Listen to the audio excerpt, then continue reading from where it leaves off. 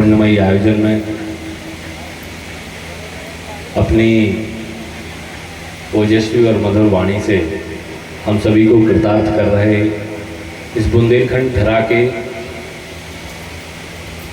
सच्चे सपूत और हम सभी के लिए गौरव, श्रद्धा और आस्था के केंद्र परम पूज्य पंडित श्री विपिन बिहारी जी महाराज, आपके चरणों में दोनों हाथ जोड़कर आपको प्रणाम करता हूँ।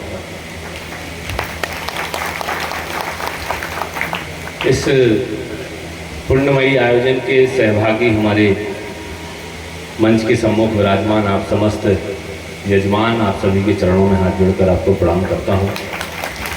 और यहाँ पर उपस्थित धर्म प्रेमी बंधु बांधव, माताएं बहनें, आप सभी के चरणों में भी हाथ जोड़कर प्रणाम करता हूँ। सौभाग्य का विषय है कि आज शिव महापुराण की इस सुंदर कथा में मुझे उपस्थित होने का अवसर प्राप्त हुआ और इतने सुंदर प्रसंग यहाँ पर सुनने को मिले। वैसे पूज्य महाराज जी के कार्यक्रमों में लगातार जाता रहता हूँ और एक बार जरूर पेट पुराने लगा था। पिछली बार भी महाराज जी की जब अचलपुर के पास में हनुमान जी के यहाँ कथा हो रही थी, राम कथा, उस समय मेरा आना हुआ था, तो वहाँ पर भी मैंने कहा था कि संत कई हैं जो अपनी अलग अलग शैली में कथा वाचन करते हैं, लेकिन जो हमारी बुंदेलखंड की शैली में कथा वाचन आप करते हो, जिसमें हास्य का भी उतना ही हिस्सा होता है जितना संस्कृत का होता है, सारी चीज़ों का समावेश करके जब आप एक सरल भाषा में सभी को समझाते हो तो सभी को बड़ा आनंद आता है। नहीं तो कथा में तो अक्सर लोगों को सोते हुए हमने देखा है।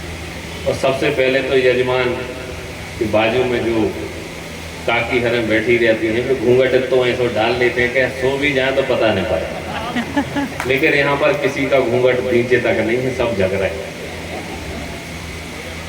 क्योंकि कथा ही इतनी सुंदर हो रही है, इतनी मधुर हो रही है।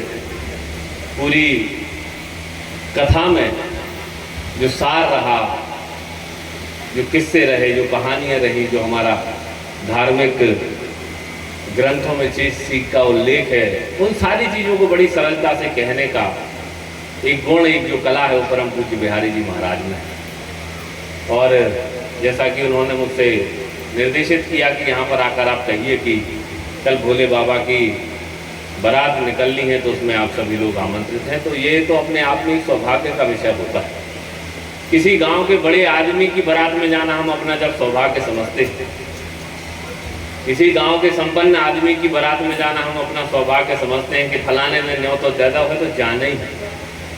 वो की तैयारी अपन 2 दिन पहले से करने लगा थे, कपड़ा धो लेते हैं, प्रेस करवा लेते हैं, जूता चमका लेते हैं, दाढ़ी बनवा लेते हैं, कटिंग करवा लेते हैं।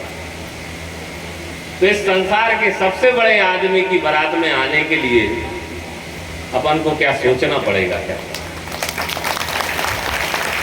जो इस जगत का पालनहार है, जो हमारा पिता है, जिसकी कृपा से हम इस धरती पर हैं, जिसकी कृपा से हमारा जीवन चल रहा है, जिसकी कृपा से हमारा परिवार चल रहा है, जिसकी कृपा से हम स्वस्थ हैं, जिसकी कृपा से हम संपन्न हैं, जिसकी कृपा से हमारे पास पद है, पैसा है, प्रतिष्ठा है, शान है, शौकत है, तो ऐसे जगत पिता की बारात में आने के लिए सोचना मत, और किसी को अपनी तरफ से निमंत्रण देने के लिए भी मत सोचना, क्योंकि वही है जो हमारा सच्चा रिश्तेदार है, वही है जो हमारा सच्चा पिता है। बाकी सारे रिश्ते तो इस धरती पर आकर बनते हैं। एक वही रिश्ता है